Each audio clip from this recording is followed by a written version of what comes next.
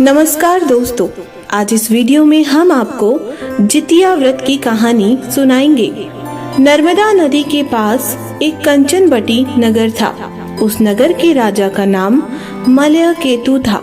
नर्मदा नदी के पश्चिम में बालूहटा नाम की मरुभूमि थी, जिसमें एक विशाल पाकड़ के पेड़ पर एक चील रहती थी।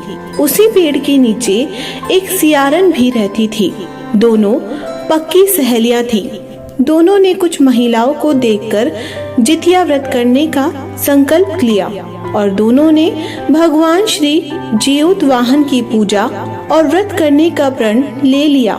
लेकिन जिस दिन दोनों को व्रत रखना था, उसी दिन शहर के एक बड़े व्यापारी की मृत्यु हो गई और उसका दाह संस्कार उसी मरुस्थल पर किया गया। सियारिन को अब भूख लगने लगी थी। मुर्दा देखकर वह खुद को रोक न सकी और उसका व्रत टूट गया। पर चील ने संयम रखा और नियम व श्रद्धा से अगले दिन व्रत का पारण किया। फिर अगले जन्म में दोनों सहेलियों ने ब्राह्मण परिवार में पुत्री के रूप में जन्म लिया। चील बड़ी बहन बनी और उसका नाम शीलवती रखा गया। शीलवती की शादी बुद्धिसेन के साथ हुई। वहीं सियारन छोटी बहन के रूप में जन्मी और उसका नाम कपूरावती रखा गया। उसकी शादी उस नगर के राजा मलयकेतु से हुई। अब कपूरावती कंचनबटी नगर की रानी बन गई। भगवान जीउतवाहन के आशीर्वाद से शीलवती के 7 बेटे हुए, पर रानी कपूरावती के सभी बच्चे जन्म लेते ही मर जाते थे। कुछ समय बाद शीलवती के 7 पुत्र बड़े हो गए। वे सभी राजा के दरबार में काम करने लगे।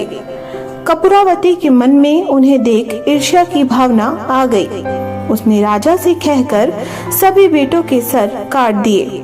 उन्हें 7 नए बर्तन मंगवाकर उसमें रख दिया और लाल कपड़े से ढककर शीलवती के पास भिजवा दिया। यह देख भगवान जीउतवाहन ने मिट्टी से 7 भाइयों के सर बनाए और सभी के सिर को उसके धड़ से जोड़कर उन पर अमृत छिड़क दिया। इससे उनमें जान आ गई। 7 युवक जिंदा हो गए और घर लौट आए। जो कटे सर रानी ने भेजे थे, वे फल बन गए। दूसरी ओर रानी कपूरावती बुद्धिसेन के घर से सूचना पाने को व्याकुल थी। जब काफी देर सूचना नहीं आई, तो कपूरावती स्वयं बड़ी बहन के घर गई। वहाँ सबको जिंदा देखकर वह सन्न रह गई। जब उसे होश आया, तो बहन को उसने सारी बात बताई। अब उसे अपनी गलती पर पछतावा हो रहा था। भगवान जीउतवाहन की कृपा से शीलवती को पूर्व जन्म की बातें याद आ गई। वह कपूरावती को लेकर उसी पाकड़ के पेड़ के पास गई और उसे सारी बातें बताई। कपूरावती बेहोश हो गई और मर गई। जब राजा को इसकी खबर मिली, तो उन्होंने उसी जगह पर जाकर पाकड़ के पेड़ के नीचे कपूरावती का दाह संस्कार कर दिया। हे जीउतवाहन भगवान, जैसी कृपा आपने शीलवती पर की, वैसे ही आपका व्रत करने वाली इस कहानी को कहने और सुनने वाले सभी पर कृपा करना। सबकी मनोकामनाएं पूरी करना।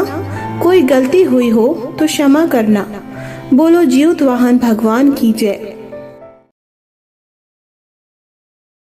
इस कथा के अनुसार गंधर्व के एक राजकुमार थे। उनका नाम जीउतवाहन था। उनके पिता ने जब व्रत आश्रम जाने की सोची, तो इससे कम उम्र में ही जीउतवाहन को राज सिंहासन पर बैठा दिया गया। लेकिन जीउतवाहन का मन राजकाज में नहीं लगता था, इसलिए उन्होंने अपने पिता के पास जाकर उनकी सेवा करने की सोची और जंगल में अपने पिता के पास चले आए। यहाँ आकर उन्होंने मलयवती नाम की एक राजकुमारी से विवाह भी कर लिया। एक दिन जंगल में भ्रमण के दौरान जीउतवाहन को विलाप करती हुई एक वृद्ध स्त्री मिली। उस महिला का दुख देखकर उनसे रहा नहीं गया और उन्होंने उनसे पूछा कि आप क्यों रो रही हो। वृद्ध स्त्री ने बताया कि मैं नाग वंश की स्त्री हूँ और मेरा एक ही पुत्र है, पर पक्षी राज गरुड़ के सामने प्रतिदिन खाने के लिए एक नाग सौंपने की प्रतिज्ञा हुई है, जिसके अनुसार आज मेरे पुत्र के जाने का दिन है। शंखचूड़ मेरा इकलौता पुत्र है।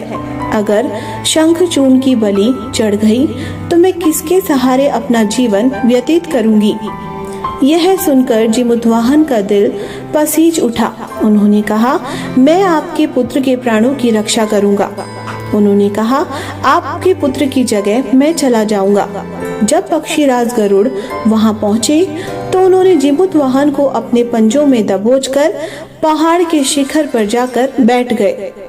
पक्षीराज गरुड़ यह देखकर आश्चर्य में पड़ गए कि वे जिसे पकड़कर लाए हैं उसे कोई डर ही नहीं लग रहा। ऐसा पहले कभी नहीं हुआ। आखिरकार गरुड़ जी ने जीमूतवाहन से उसका परिचय पूछा। जीमूतवाहन ने उस वृद्ध स्त्री से हुई सारी वार्तालाप गरुड़ जी को बता दी। पक्षीराज गरुड़ हैरान हो गए। उन्हें इस बात पर आश्चर्य हो रहा था कि कोई किसी की मदद के लिए अपने प्राण भी दे सकता है। गरुड़ जी उसकी बहादुरी को देखकर प्रसन्न हुए और जीमूतवाहन को जीवन दान दिया और साथ ही उन्होंने भविष्य में नागों की बलि न लेने की बात भी कही। इस प्रकार एक माँ के पुत्र की रक्षा हुई। मान्यता है तब से ही पुत्र की रक्षा के लिए जीमूतवाहन की पूजा की जाती है। हे जीमूतवाहन भगवान, जैसी कृपा आपने जीमूतवाहन पर की वैसे ही आपका व्रत करने वाली, इस कहानी को कहने और सुनने वाली सभी पर सबकी मनोकामनाएं पूरी करना। कोई गलती हुई हो तो क्षमा करना। बोलो जीमूतवाहन भगवान की जय।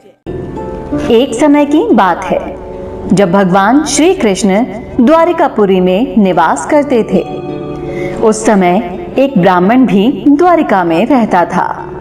उसके 7 पुत्र उत्पन्न हुए और 7 ही पुत्र बचपन में ही मर गए। इस दशा को देखकर वो ब्राह्मण बहुत दुखी रहता था। एक दिन वो भगवान श्री कृष्ण के पास गया और कहने लगा, हे भगवान, आपके राज्य में आपकी कृपा से मेरे 7 पुत्र हुए परंतु कोई भी जीवित नहीं बचा। ये क्या हो रहा है? कृपया इसका कारण बताइए। यदि आप अपने राज्य में मुझे दुखी देखना नहीं चाहते तो इसका कोई उपाय तो होगा। कृपा करके मुझे बताइए।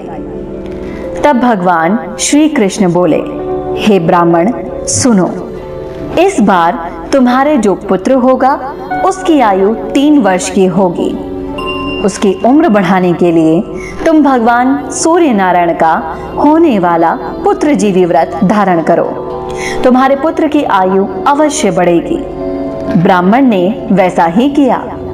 जब वो सह परिवार हाथ जोड़कर भगवान सूर्य नारायण से विनती कर रहा था, सूर्य देव विनती सुनो, पाऊं दुख अपार, उम्र बढ़ाओ पुत्र की, कहता बारंबार। इतना सुनते ही सूर्यदेव का रथ वहीं रुक गया। ब्राह्मण की विनती से प्रसन्न होकर भगवान सूर्य ने अपने गले से एक माला ब्राह्मण के पुत्र के गले में डाल दी और आगे चले गए।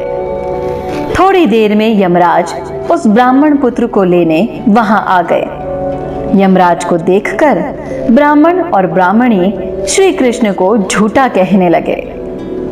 भगवान श्री कृष्ण ने अपना अपमान होते देखा तो तुरंत सुदर्शन चक्र लेकर वहां आ गए और बोले, इस माला को यमराज के ऊपर डाल दो। इतना कहते ही ब्राह्मण उस माला को उठाने लगा कि यमराज डर कर भाग गए, परंतु वहां यमराज की छाया खड़ी रही। ब्राह्मण ने उस फूल की माला को छाया पर फेंक दिया, जिसके फलस्वरूप वो छाया शनि के रूप में आकर भगवान श्री कृष्ण से प्रार्थना करने लगी। भगवान श्री कृष्ण को शनि के ऊपर दया आ गई और उसे पीपल के वृक्ष पर रहने के लिए कह दिया। तभी से शनि की छाया पीपल के वृक्ष पर निवास करने लगी। इस प्रकार भगवान श्री कृष्ण ने उस ब्राह्मण के पुत्र की उम्र भी बढ़ा दी। हे भगवान, जिस तरह आपने उस ब्राह्मण के पुत्र की रक्षा की, उसकी उम्र बढ़ाई, वैसे ही इस व्रत को करने वाले, इस कहानी को कहने वाले और सुनने वाले सबके पुत्रों की रक्षा करना, उनको चिरंजीव होने का आशीर्वाद प्रदान करना। बोलो श्री कृष्ण भगवान की जय। सूर्य नारायण भगवान की जय।